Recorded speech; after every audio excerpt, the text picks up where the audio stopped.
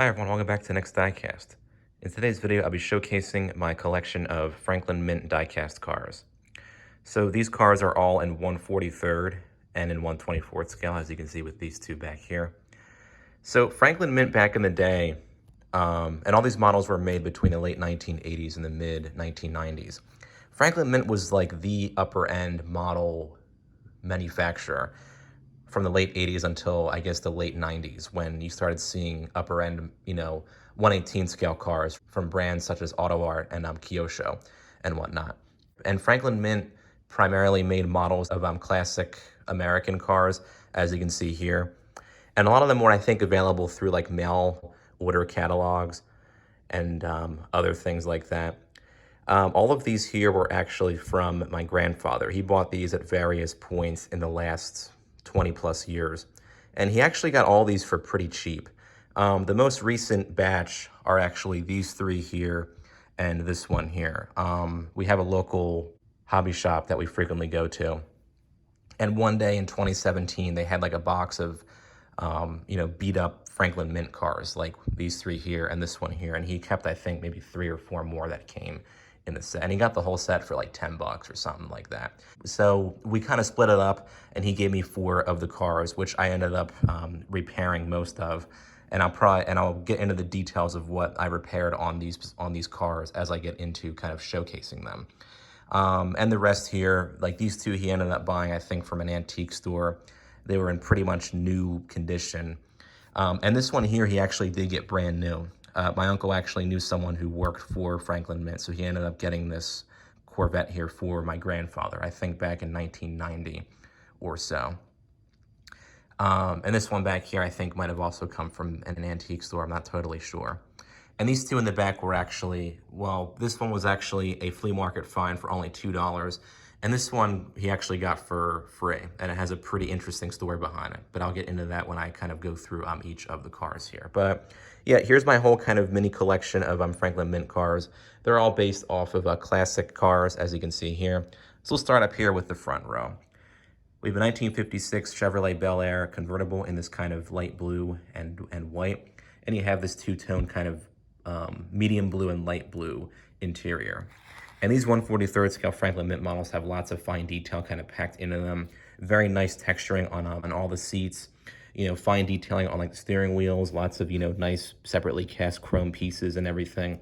They're just really well done models. And they kind of, I think, set the stepping stone for upper end, larger scale models that we would see, kind of rise in prominence in the early 2000s. And that continued to be produced to this day. So anyway, so this one I did repair the windows on it. As you can see here, these actually broke off the doors. And I thought they weren't with the model at all. But then when I was cleaning it up the one day, I saw that they were actually shoved in the footwell in front of the rear seat here. So I was happy to find those, and I did glue them back on with super glue. But very nice looking model. Of course, it is missing the hood ornament up here. I might make a new one. I'm not too sure what I'm going to do about that yet. We have a 1958 Chevrolet Corvette with a plastic removable hardtop. Beautifully done in black with a red interior. Just amazing fine detailing with the seats, with like the shape and texture and everything, and all the door panel detailing as well. And the engines on Franklin Mint models are always fantastic. You have probably up to maybe at least 50 individual parts just for the 1/43rd scale cars, and that's very awesome to see that. And this one also has an opening hood. I forgot to show that. There we go. But yeah, just fantastic detailing throughout. Looks good both with the hardtop on and the hardtop off. Awesome looking car. And I think this is probably my favorite of the bunch. This is a Packard Caribbean convertible, 1955. Love the color combo. The interior looks fantastic. Lots of beautiful kind of chrome detailing throughout. Very well done steering wheel. The seats feel like they're the actual seats, which is awesome. And of course, you have very well done detailing on the engine too, if I can get it open up. There we go. Fantastic. I love the Caribbean. It's just an awesome looking car, especially with this coloring and on there and everything. Just all the fine detailing throughout these models is just very, very cool. And of course, you have a full metal front bumper on here too. Awesome.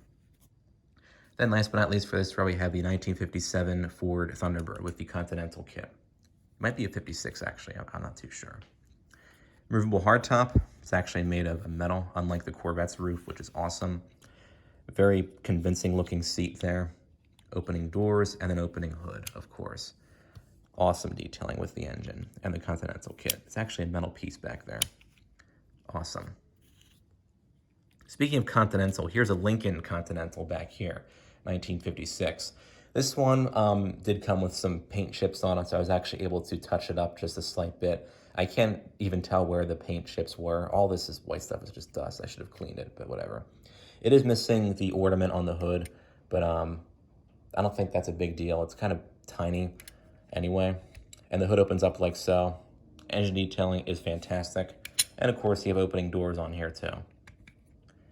The seats look awesome on here. Look like they're couches almost. And I did glue the window back on this door here. It came snapped off, so I just did a little drop of super glue and got it back on. Even the back is very well done. The doors are a little bit loose, but I think this was played with along with the next few that I'm going to be showing. So, and these weren't really meant to be played with because they're very kind of delicate models. And a lot of these you can find on eBay for fairly cheap prices if they're in loose condition with maybe some, slight damage here and there. But mint in box ones, especially for the 1/24 ones, I think go for a fair bit of money. When these models retailed new, I believe the 1/24 scale versions were close to $100. And in today's money, of course, that would be a lot more because this was back in the early 1990s. And these were sold as individual models, and some of the 1/43 scale cars, I believe, came as sets. So that's just some trivia there to make note of. Then we have a 1959 Cadillac Eldorado convertible with the iconic fins back here. I just reviewed my Maisto pink Cadillac convertible in a 1/18 scale, but the white and red looks fantastic on here. Again, just fantastic looking seats and whatnot. There is some paint damage on this one here and there, but I think for, $1 or $2 that my grandfather paid for this, that's just fine. I ended up leaving all the, different scratches and stuff on there. I don't want to do like a full repaint because these are pretty hard to find in terms of like these models and whatnot. The windshield, I might use some Novus on it to get rid of those scuff marks, but aside from that, the model is pretty well done. Opening doors, of course. And this has the individual seats in the front. Some of the Eldorados came with the full front bench seat. That was kind of like a split folding bench seat. And you have the opening hood too. The engine detailing is fantastic. It's very cool to put these cars up on a shelf and have the hoods open because the engines are, I think, well worth showing because they have such great detailing for such small models. Then we have a 1953 Buick Skylark convertible in green with rubberized seats that actually squish down, almost like a person is like sitting on them. That's very cool to see. Of course, the dust does kind of get hard to clean off on these rubberized seats, but I manage. You have this nice kind of green paint job on here. This one, I did repair the wheels. The axles both came loose and the wheels were all loose, so I reinstalled the wheels on the axles and I put the axles back onto the model. And also with the opening hood, the one side of the plastic hinge was actually cracked and broken. You can see on the left side there. So I was able to glue that back on. And now the hood works. Before the hood would just kind of open and kind of pull off practically. So I was able to kind of secure it with some glue. And now it does open and close like so. And shockingly enough, the hood ornament is actually still on the hood here, which is nice. And of course you have that nice chrome detailing too. And this is actually metal. All the chrome on here is actually metal, which is awesome. Last but not least for this row, we have the Edison Convertible. I think it's a 1958. But this one also has the opening hood and opening doors. Well-detailed interior. Just fantastic. And again, it is cool to put the cars up on the shelf with all their opening features. Love the pink on here too, it's fantastic. All the paint quality on these models is very well done. They do show some slight wear from age and I guess, abuse in the cases of these four that were played with. But aside from that, they're very well done. And then we'll end off the video with these two 1/24 scale cars back here. So Gramps actually found this one at a flea market for only $2. It's missing its mirror and the wheels came broken and it's missing the T-tops. So he was able to fix the wheels. This would have a steering system on it, but only the one wheel steers, and the steering wheel does spin separately. But I think for $2, that's not so bad, because mint and box versions of this Vette go for, $30 plus. So you have metal wheels and metal hubs on there, which is fantastic. Very well detailed engine, as you can see here. You see all the way down in the bottom, lots of different kind of separately cast plastic pieces were used for the engine. And Franklin Mint models in 1/24 scale actually do include flocked carpeting, which is a very cool touch. This kind of, was the precursor, I guess, to auto art models when they had their carpeting.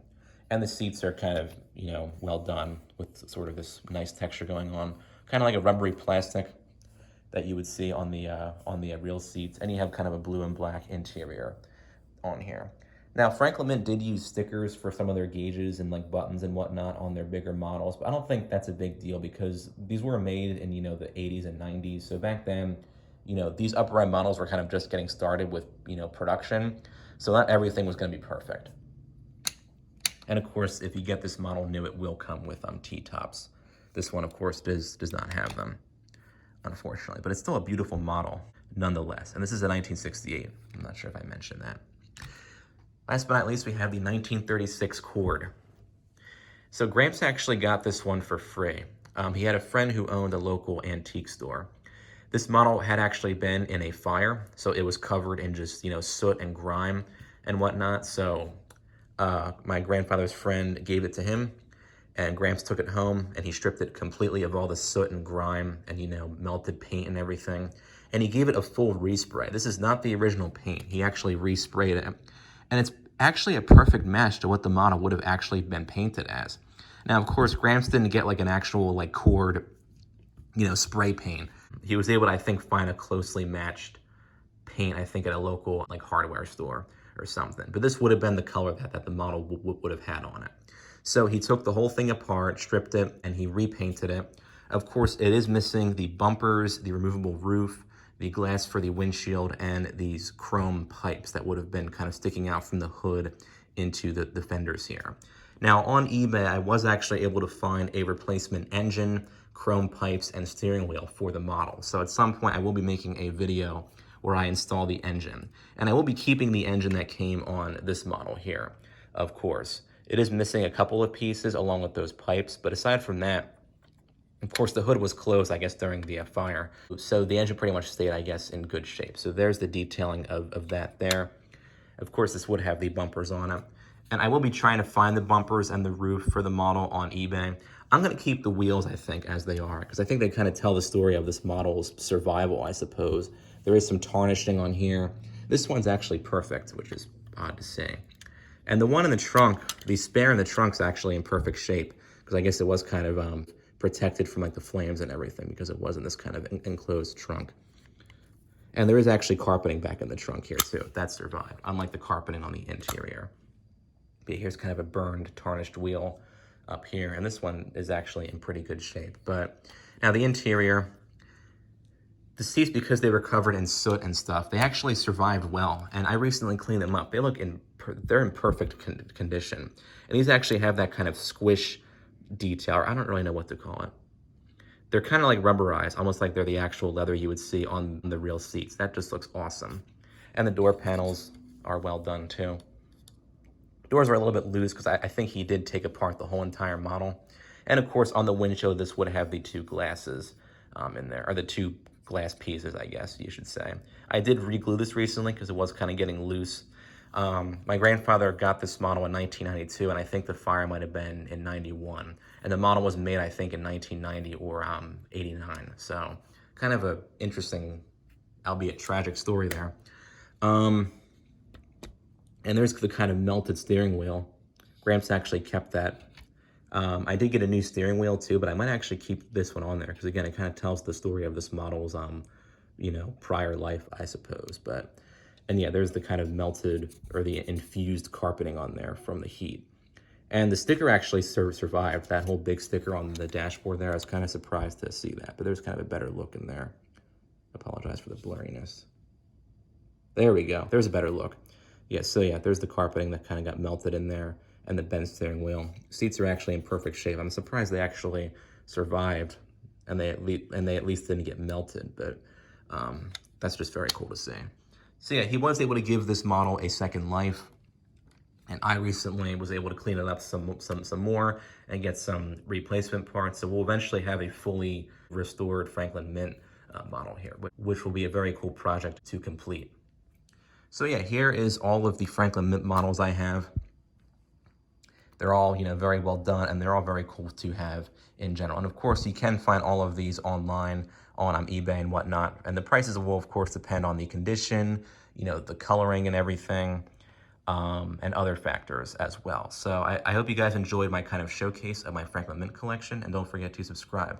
And feel free to comment down below with your thoughts on these cars or on the video. Thanks for watching.